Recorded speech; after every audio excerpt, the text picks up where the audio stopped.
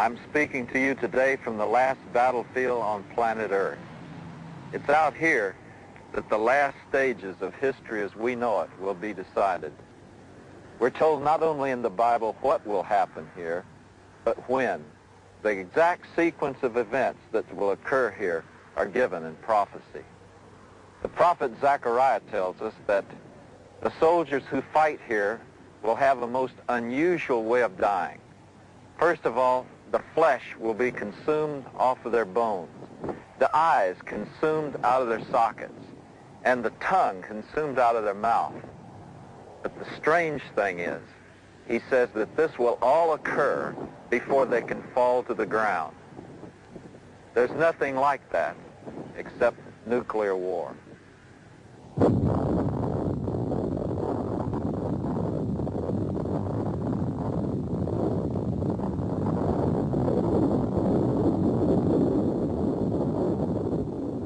The prophets describe events of enormous destructive power, and yet no one understood them in ancient times.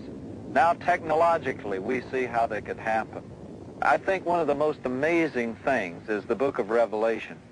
Here we have a man that speaks of being transported in almost a divine time machine into the future from the 1st century to almost the end of the 20th century. And he was told to write what he saw and heard. And yet, how could a 1st century man describe what he saw in the very advanced scientific and technological age that we're in? He had to go back into his own times and take from the phenomena from which he was familiar and bring it into bear and try to describe these things in terms of the phenomena of the 1st century. From the throne issue flashes of lightning and voices and peals of thunder and great hailstones heavy as 100 pounds dropped on men from heaven till men cursed God for the plague of the hail. The sky vanished and every mountain and island was removed from its place.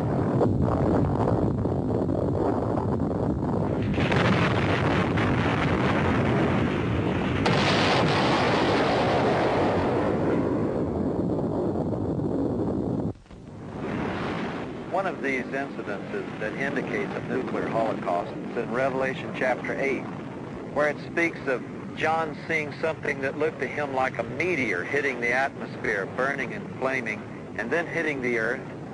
I believe he was describing beautifully exchange of intercontinental ballistic missiles, which look like a meteor when they re-enter the Earth's atmosphere.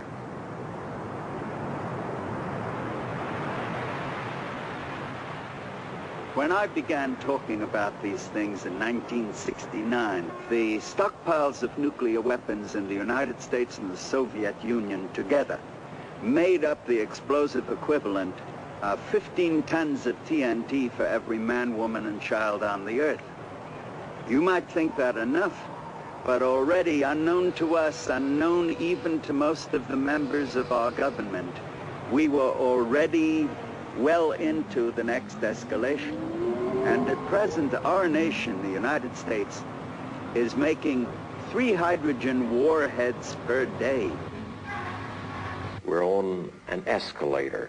I don't know how, as long as the Russians are pursuing a buildup and greater military might to get off that escalator. And I'm very much a pessimist about the future, because I see no end to the arms race now underway, and so I think that time is very short. But unless something very drastic is done to improve the situation, we're headed toward nuclear war. For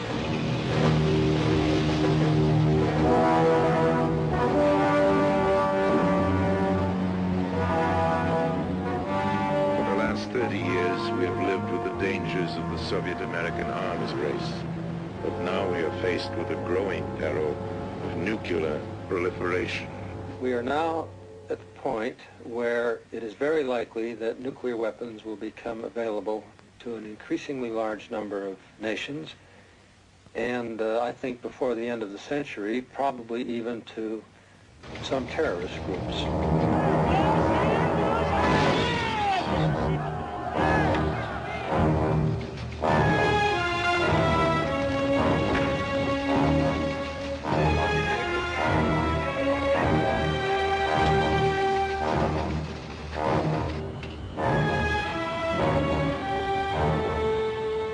Well, the problem of a nuclear device falling into the hands of terrorists is a problem which must face the world today. It's a very real problem. It's very serious.